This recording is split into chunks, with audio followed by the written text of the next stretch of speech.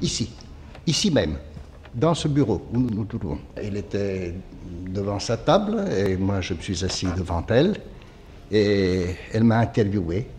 C'était sa façon d'essayer de voir ce que les gens qui se présentaient à elle avaient dans le ventre. Monsieur Laporte m'a amené à travers la salle de physique. Je crois qu'elle était là face à la fenêtre. C'est le bureau de Madame Curie. Et je suis entrée maintes fois. Elle avait le désir, si une découverte était faite quelque part, qu'elle soit bénéfique partout et utilisée partout. C'était ça surtout son idée constante. C'était la patronne et elle imposait parmi tous les membres du laboratoire vraiment un très grand respect, n'est-ce pas? Quand on disait c'est la patronne, tout était dit.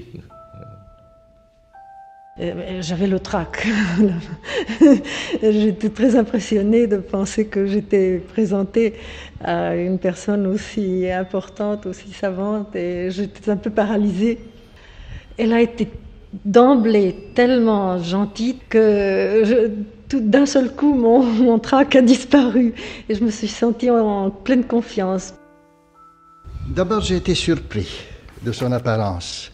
Je me la représentais autrement. J'ai vu devant moi une femme d'un certain âge qui avait l'air d'une bonne petite grand-mère.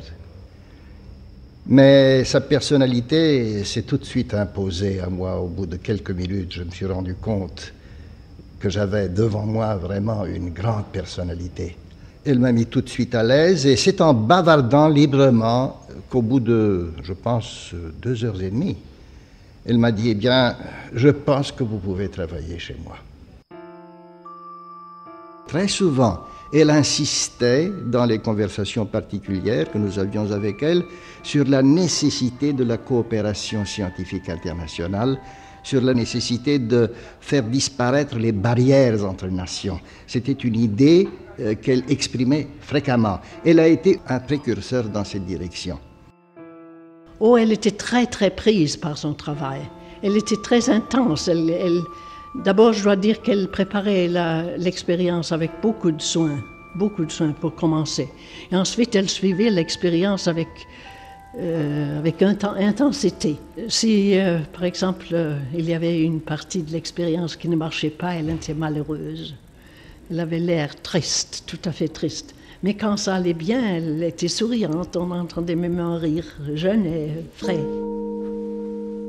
La découverte des corps radioactifs a transformé toutes les connaissances humaines.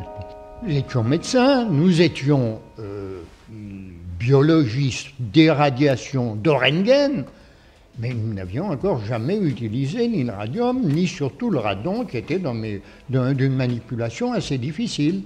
Et nous avons tout de suite, avec M. Regaud, commencé à envisager l'application et le traitement des cancers par le radium, la Curie-thérapie. C'était le laboratoire Curie qui nous fournissait les moyens de travail dont nous ne disposions pas. Nous avions même installé un téléphone entre les deux bâtiments, entre son laboratoire et moi, pour être en relation constante. Et le but donc avait été atteint de faire collaborer des biologistes et des physiciens et des chimistes purs. Ça a été extrêmement fructueux. La découverte de Marie Curie est une découverte qui a produit en chaîne de multiples découvertes et ne cessera jamais d'en produire.